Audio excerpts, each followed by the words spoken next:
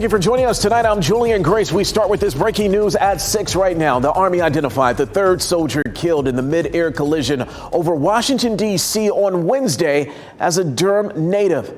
Captain Rebecca Lobach served as an aviation officer. Her family says she began her military career at UNC Chapel Hill. WRAL's Megan Glover joins us from the Live Center with more on what we're learning tonight. Megan.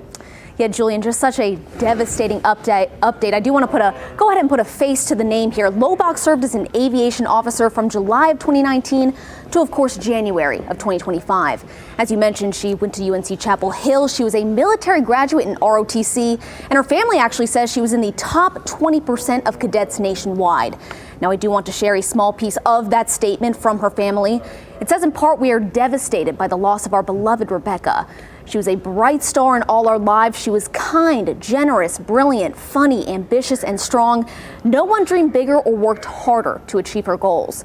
They also shared she achieved the rank of captain, clocked more than 450 hours of flight time, and earned certification as a pilot in command. Again, such a devastating loss. Not an update we are expecting tonight, and one that hits very close to home for many people, I'm sure. I'm sure those tributes will continue to come in. Thank you, Megan. Well, we've also learned through a GoFundMe page that an ECU graduate was among the passengers killed on the plane. The site calls Tommy Claggett a loving father of his 2 daughters and a devoted husband to his wife.